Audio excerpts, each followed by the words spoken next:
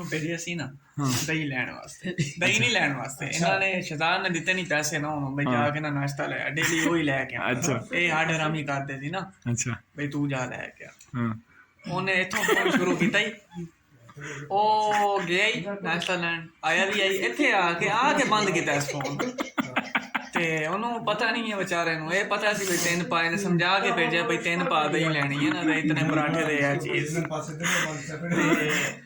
ਤੇ ਇਹ ਆਇਆ ਨਾ, ਅੱਗੇ ਬੈਠਾ ਸੀ ਮੁਨੀਰ ਤੇ ਮੈਂ।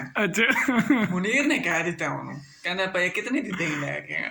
ਇਹਨੇ ਪਹਿਲੇ ਮੈਨੂੰ ਕਿਹਾ, ਕਹਿੰਦਾ 3 ਪਾ ਦਹੀਂ ਨਹੀਂ ਹੈ, ਇਹ ਕਿਲੋ ਦੇ ਉੱਤੇ ਹੀ, ਕਿਲੋ ਹੀ।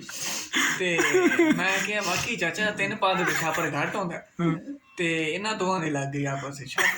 ਇਹਨੇ ਪੁੱਛਿਆ ਦਹੀਂ ਕਿਤਨੇ ਦੀ ਲੈ ਕੇ ਆਇਆ, ਜਦੋਂ ਗੁੱਸਾ ਕਰਦਾ ਹੀ ਕਿੰਨੇ ਦੀ ਲੈ ਕੇ ਆਇਆ ਦਹੀਂ, ਕਹਿੰਦਾ 3 ਪਾ।